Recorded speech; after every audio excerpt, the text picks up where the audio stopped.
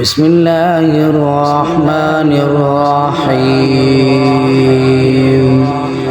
يا أيها المزمل قم الليل إلا قليلا نصفه أو انقص منه قليلا أو زد عليه ورتل القرآن ترتيلا إنا سنلقي عليك قولا ثقيلا إن ناشئة الليل هي أشد وطئا وأقوم قيلا إن لك في النهار سبحا طويلا واذكر اسم ربك وتبتل إليه تبتيلا رب المشرق والمغرب لا إله إلا هو فاتخذه وكيلا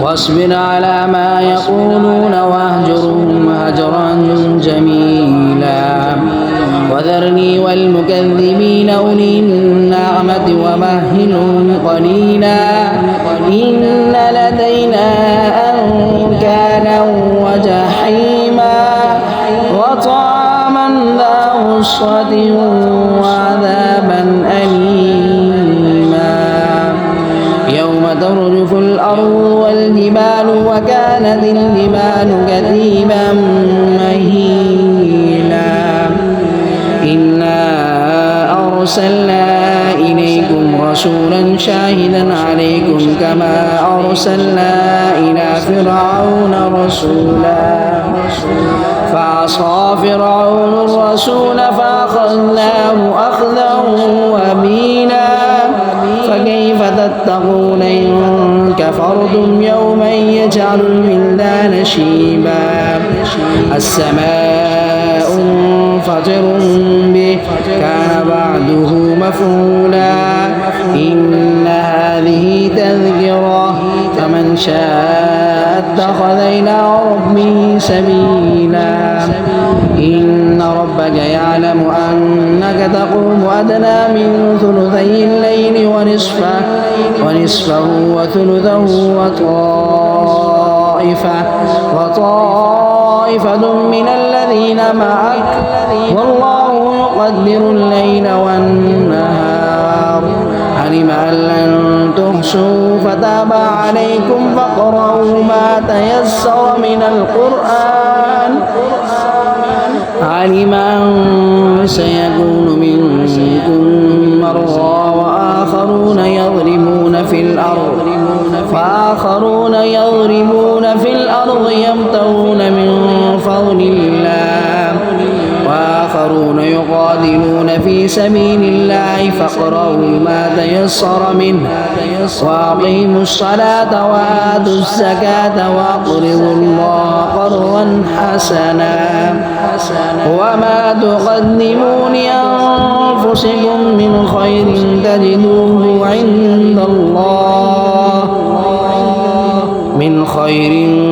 تجدوه عند الله هو خيرا وأعظم أجرا واستغفر الله إن الله غفور رحيم.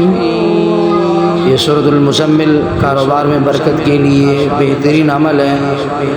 سورۃ المزمل کو 11 مرتبہ عشاء کی نماز کے بعد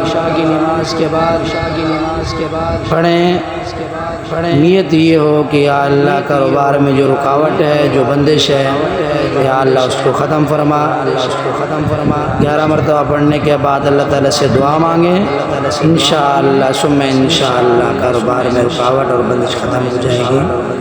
اور اگر دوسرے طریقے سے اس عمل کو کریں، وہ طریقہ یہ ہے کہ جس کو زبانی یاد ہو تو وہ اس صورت کو پہلا رکوع